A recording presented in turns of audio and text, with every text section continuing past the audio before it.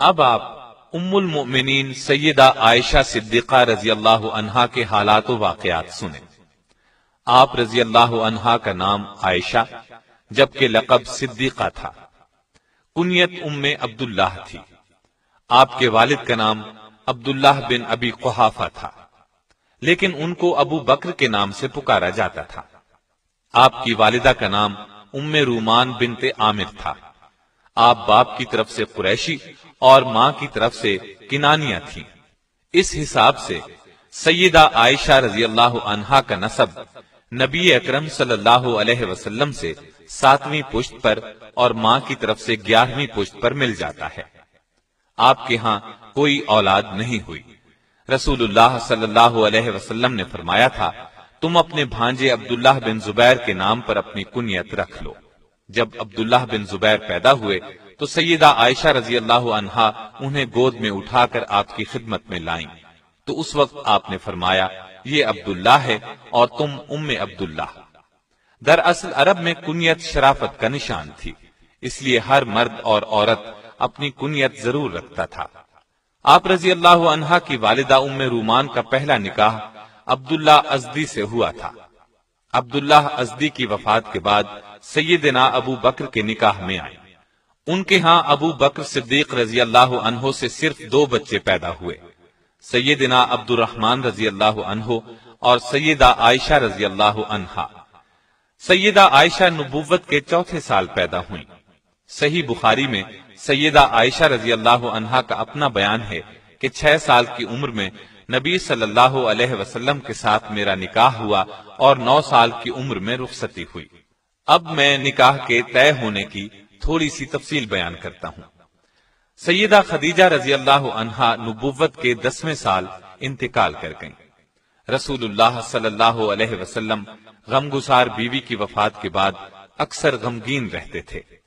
صحابہ کرام نے یہ صورتحال دیکھ کر آپ سے اس بارے میں بات کی اور تجویز پیش کی کہ آپ دوسرا نکاح کر لیں۔ آپ نے فرمایا، ٹھیک ہے۔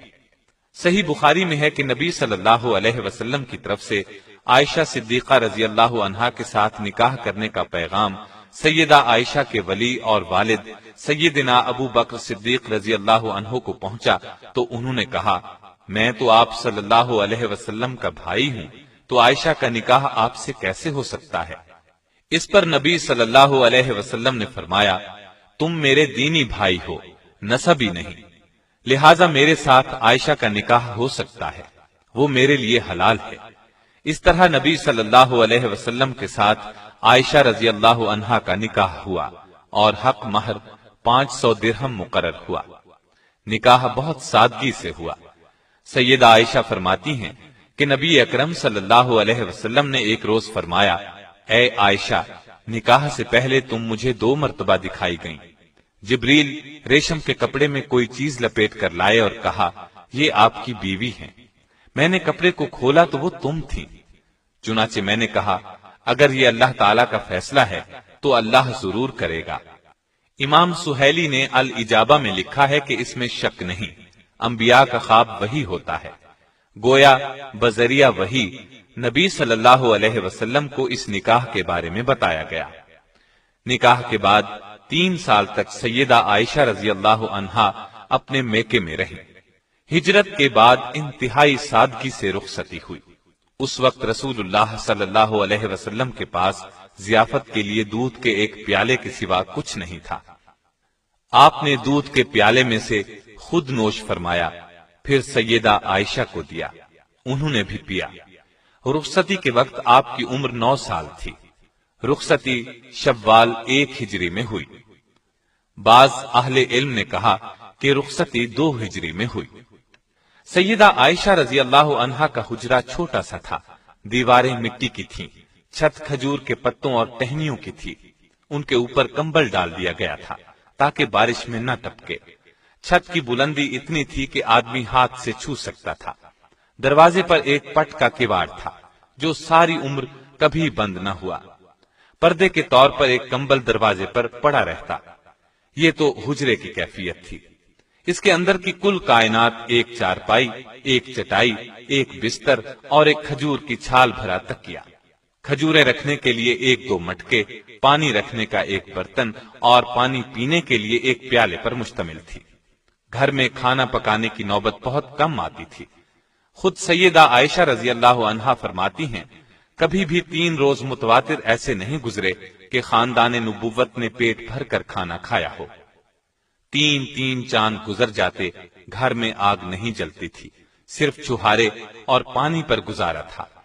فتح خیبر کے بعد آسانی ہوئی تو آپ نے ازواج مطہرات کے سالانہ اخراجات مقرر کر دیے، لیکن دوسروں کی امداد کرنے کی وجہ سے یہ سامان کبھی بھی کافی نہیں ہوتا تھا۔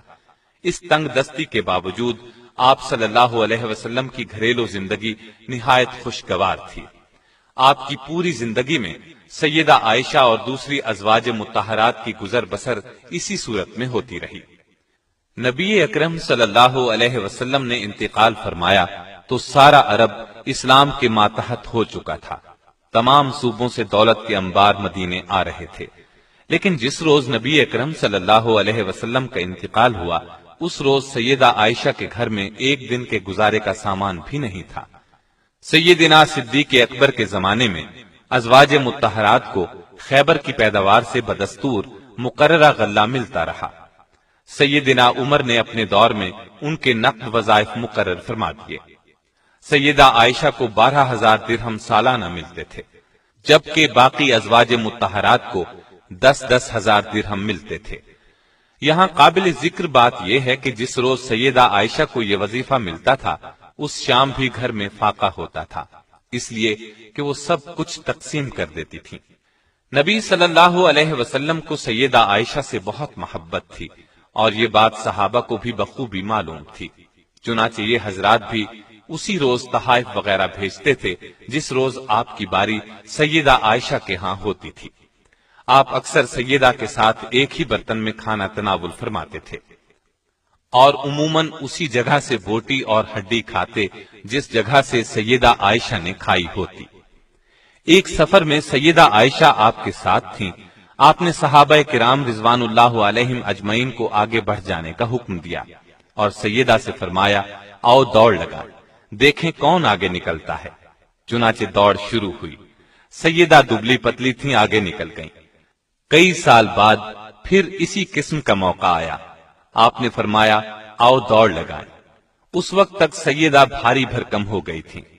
اس مرتبہ آپ آگے نکل گئے اور فرمایا، یہ اس روز کا جواب ہے۔ ایک مرتبہ رسول اللہ صلی اللہ علیہ وسلم نے فرمایا، عائشہ، جب تم مجھ سے خوش ہوتی یا ناراض ہوتی ہو تو مجھے پتہ چل جاتا ہے۔ سیدہ نے پوچھا، وہ کیسے؟ آپ نے فرمایا، ناراض ہوتی ہو تو کہتی ہو ابراہیم کے رب کی قسم، خوش ہوتی ہو تو کہتی ہو محمد کے رب کی قسم۔ یہ سن کر سیدہ نے عرض کیا، اے اللہ کے رسول، صرف زبان سے نام چھوڑتی ہوں، دل میں تو آپ ہی بسے ہوتے ہیں۔ گھر میں اگرچہ خادمہ موجود تھی لیکن نبی صلی اللہ علیہ وسلم کا ہر کام سیدہ عائشہ صدیقہ اپنے ہاتھوں سے کرتی تھی۔ آٹا خود پیستی تھی، خود گوندتی تھی، کھانا خود پکاتی تھی، آپ کا بستر اپنے ہاتھ سے بچھاتی تھی، وضو کا پانی خود لا کر دیتی تھی، قربانی کے اونٹوں کا قلادہ خود بڑھتی تھی، آپ صلی اللہ علیہ وسلم کے سر میں کنگھی خود کرتی تھی، کپڑے خود دھوتی تھی اور سوتے وقت مسواک اور پانی آپ کے سرہانے خود رکھتی تھی۔ ہر معاملے میں آپ کی پسند اور خوشی کا ہر وقت خیال رکھتی تھی۔ شعبان 5 ہجری میں حضرت عائشہ صدیقہ رضی اللہ عنہا کے ساتھ ایک عجیب واقعہ پیش آیا۔ اس واقعے نے نہ صرف آپ کی بلکہ خود رسول اللہ صلی اللہ علیہ وسلم کی زندگی مبارک میں بھی ہلچل مچا دی۔ اس واقعے کو واقعہ افک کہتے ہیں۔ یہ واقعہ صحیح بخاری اور دوسری کتب احادیث میں بھی موجود ہے۔ شعبان 5 ہجری میں نبی اکرم صلی اللہ علیہ وسلم نے غزوہ بنی مستلق کے لیے سفر کی تیاری کی۔ صحابہ رضی اللہ عنہم کی ایک اچھی بھلی تعداد آپ کے ساتھ تھی۔ منافقوں کو اندازہ تھا کہ اس معرکے میں کوئی خونریز جنگ تو ہوگی نہیں، لہٰذا ان کی بھی بڑی تعداد اسلامی فوج میں شامل ہو گئی۔ اس سے پہلے منافق اتنی بڑی تعداد میں کبھی شامل نہیں ہوئے تھے۔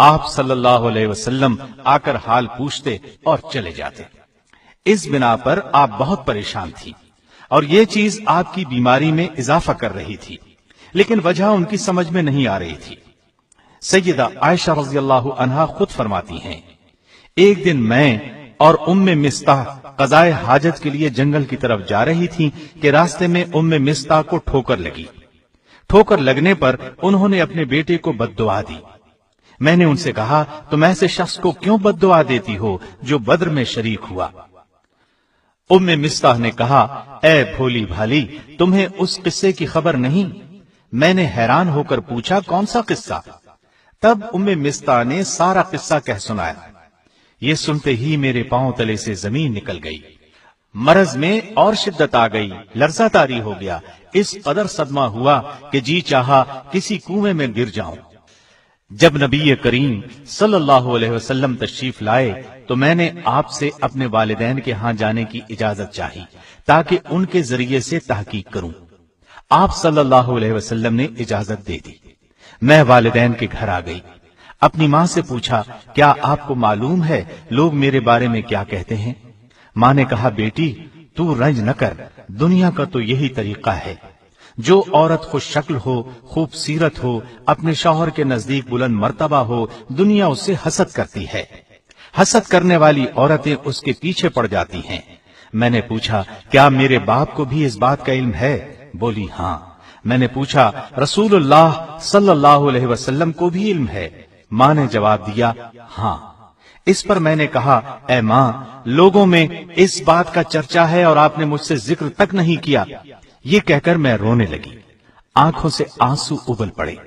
سیدنا ابو بکر رضی اللہ عنہ قرآن کی تلاوت کر رہے تھے، میرے رونے کی آواز سن کر آ گئے، وہ بھی رونے لگے اور میں تمام رات آنسو بہاتی رہی۔ سیدہ عائشہ رضی اللہ عنہا فرماتی ہیں کہ اس واقعے سے مجھے اس قدر بخار ہوا کہ میری والدہ نے گھر کے تمام کپڑے مجھ پر ڈال دیے۔ اگرچہ سیدہ عائشہ رضی اللہ عنہا کی بے گناہی واضح تھی، لیکن شریر لوگوں کے اس الزام سے رسول اللہ صلی اللہ علیہ وسلم بہت بے چین تھے۔ ادھر وحی کے نزول میں دیر ہوئی تو آپ صلی اللہ علیہ وسلم نے صحابہ سے مشورہ کیا، مشاورت میں بہت سی رائیں سامنے آئیں، اسی عالم میں صبح ہو گئی۔ سیدہ فرماتی ہیں کہ میرے والدین برابر میرے پاس بیٹھے رو رہے تھے، ایسے میں ایک انصاری عورت آ گئی، مجھے روتے دیکھ کر وہ بھی رونے لگی۔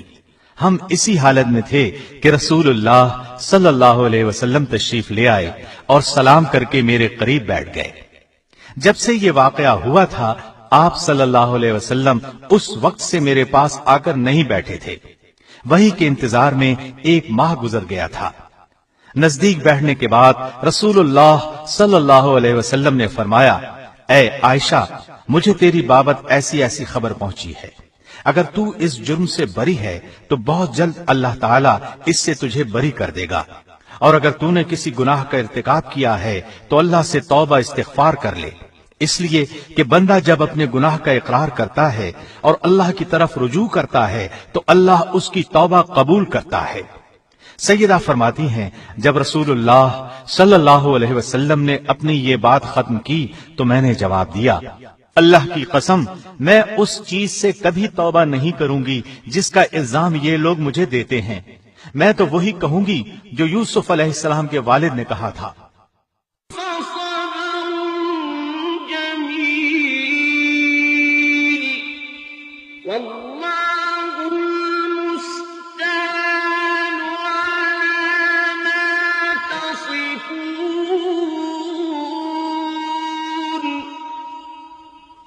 اور یہ کہہ کر میں بستر پر جا کر لیٹ گئی۔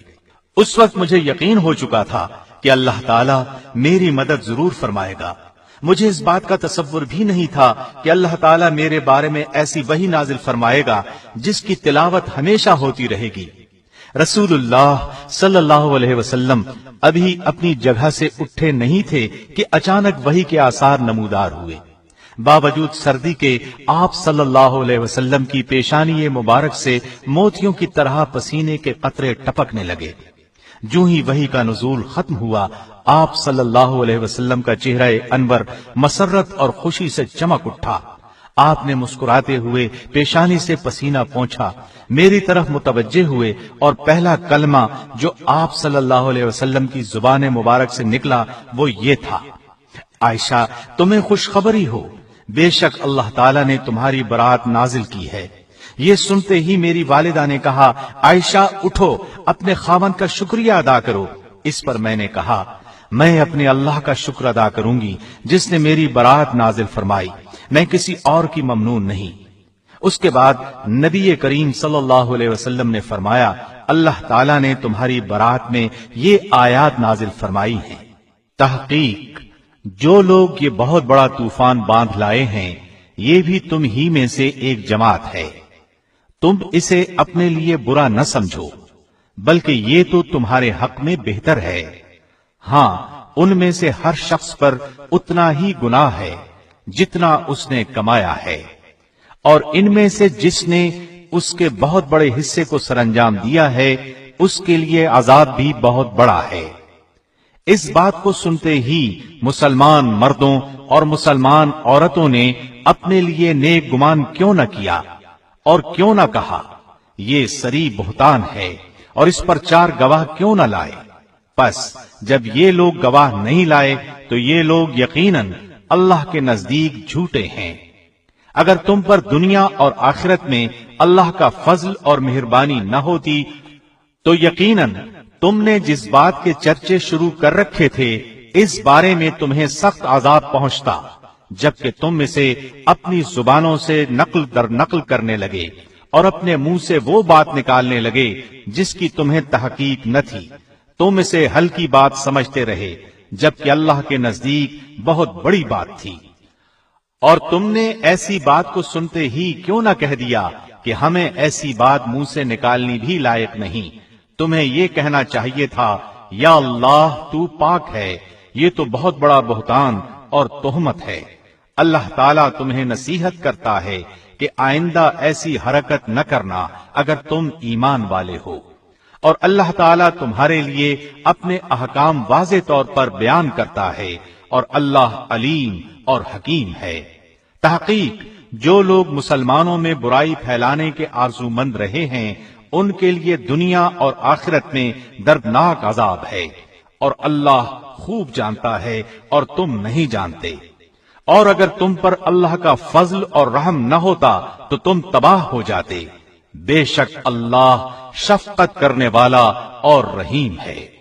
جو ہی نبی کریم صلی اللہ علیہ وسلم یہ آیات تلاوت کر کے فارغ ہوئے، سیدنا ابو بکر رضی اللہ عنہ اٹھے اور سیدہ عائشہ رضی اللہ عنہا کی پیشانی کو چوم لیا۔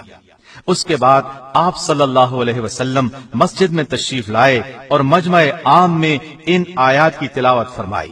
پھر ان 3 حضرات مصطح بن اساسہ، حسان بن ثابت اور حمنہ بنت جحش رضی اللہ عنہم پر حد قذف جاری کی۔ 80 درے مارے گئے جو اپنی سادہ لوہی کی بنا پر منافقین کے دھوکے میں آ گئے تھے۔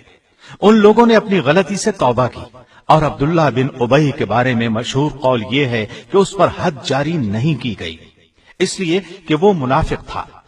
سیدہ رضی اللہ عنہا کی شان میں نازل ہونے والی آیات نے ان کی عزت اور عظمت کو 4 چاند لگا دیے، اور منافقوں کا منہ کالا ہوا۔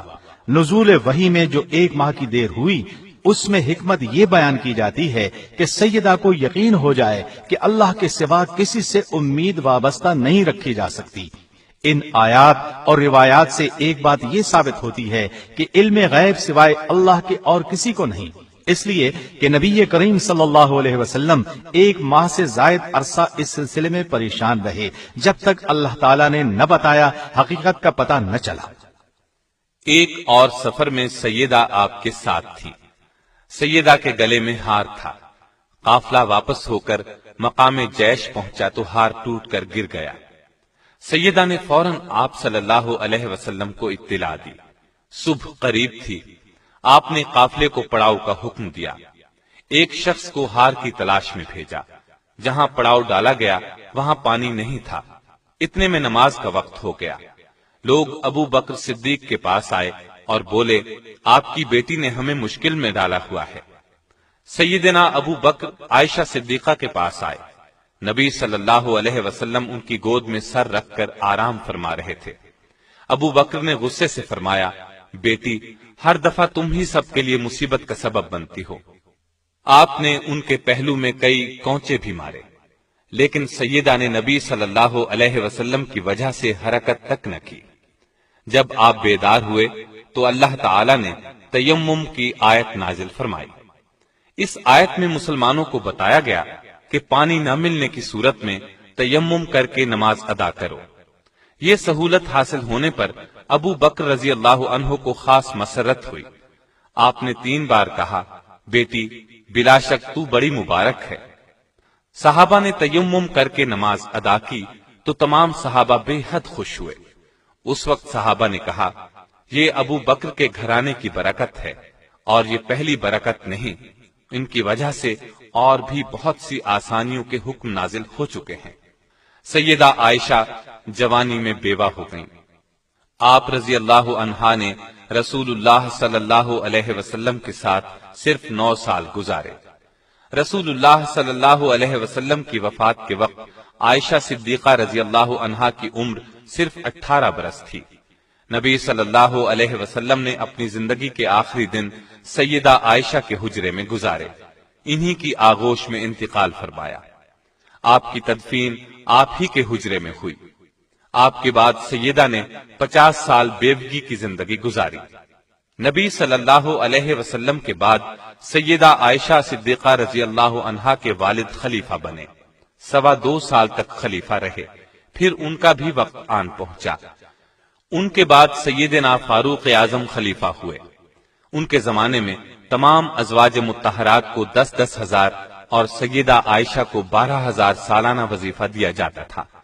جو ہی یہ سالانہ خرچ ملتا غریبوں میں تقسیم کر دیا جاتا۔ سیدہ عائشہ رضی اللہ عنہا سیدنا عثمان، سیدنا علی اور سیدنا حسن بن علی رضی اللہ عنہم کے ادوار خلافت میں بقید حیات رہیں، حتیٰ کہ سیدنا امیر معاویہ رضی اللہ عنہ کی مدت خلافت ختم ہونے سے 2 سال پہلے 17 رمضان المبارک 58 ہجری کو انتقال کیا۔ اس وقت آپ رضی اللہ عنہا کی عمر 63 برس تھی۔ اس حساب سے انہوں نے خلافت معاویہ میں اپنی عمر کے آخری 18 سال بسر کیے۔ آپ کی وفات پر سارا مدینہ بلکہ پوری دنیا اسلام غم میں ڈوب گئی۔ اللہ تعالی نے آپ کو اولاد مرحمت نہیں فرمائی۔ سیدہ عائشہ کے دل میں اللہ کا خوف کوٹ کوٹ کر بھرا ہوا تھا، اپنا سب کچھ خیرات کر دیا کرتی تھی، یہاں تک کہ روزہ افطار کرنے کے لیے بھی کچھ نہ بچاتی۔ نبی صلی اللہ علیہ وسلم کے ساتھ رات کو تہجد پڑھا کرتی تھی، اکثر روزے رکھتی تھی، حج کی سختی سے پابندی کرتی تھی، غلام آزاد کرنے کا بہت شوق تھا۔ ایک مرتبہ 40 غلام آزاد کیے۔ پردے کا خاص خیال رکھتی تھی۔ آپ رضی اللہ عنہا کی روایت کردہ احادیث کی تعداد 2210 ہے۔ ان میں سے صحیح بخاری اور صحیح مسلم میں 286 احادیث ہیں۔ آپ رضی اللہ عنہا صرف قرآن اور حدیث کے علوم ہی نہیں جانتی تھیں، بلکہ تاریخ، ادب، خطابت اور شاعری میں بھی انہیں مہارت تھی۔ عورتیں اکثر ان سے مسائل پوچھنے کے لیے آتی۔ نبی صلی اللہ علیہ وسلم آپ کے حق میں دعا فرمایا کرتے تھے، اے اللہ، عائشہ کے اگلے پچھلے، پوشیدہ اور ظاہر تمام گناہوں کو اپنے دامن مغفرت سے ڈھانپ لے۔ آپ یہ دعا سن کر بہت خوش ہوتی۔ سیدہ عائشہ کی ایک خاص خصوصیت یہ بھی ہے کہ سیدنا جبریل علیہ السلام نے سیدہ کو سلام کیا۔ اللہ تعالیٰ نے آسمان سے آپ کی برات بذریعہ وحی نازل کی۔ پوری 10 آیات اس سلسلے میں نازل ہوئیں۔ آپ کے علاوہ رسول اللہ صلی اللہ علیہ وسلم کے نکاح میں کوئی اور کنواری نہیں آئی۔ رسول اللہ صلی اللہ علیہ وسلم سیدہ کے بستر پر ہوتے تو وہیں وحی آ جاتی۔ یہ شرف کسی اور زوجہ مطہرہ کے حصے میں نہیں آیا۔ اللہ تعالی نے اپنے نبی کی روح اس وقت قبض فرمائی جب آپ کا سر سیدہ کے سینے سے لگا ہوا تھا۔ انتقال بھی اسی رات ہوا جس رات ان کی باری تھی۔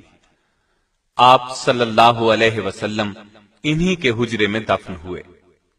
اللہ تعالی کی سیدہ عائشہ رضی اللہ عنہا پر ہزارہا رحمتیں ہوں۔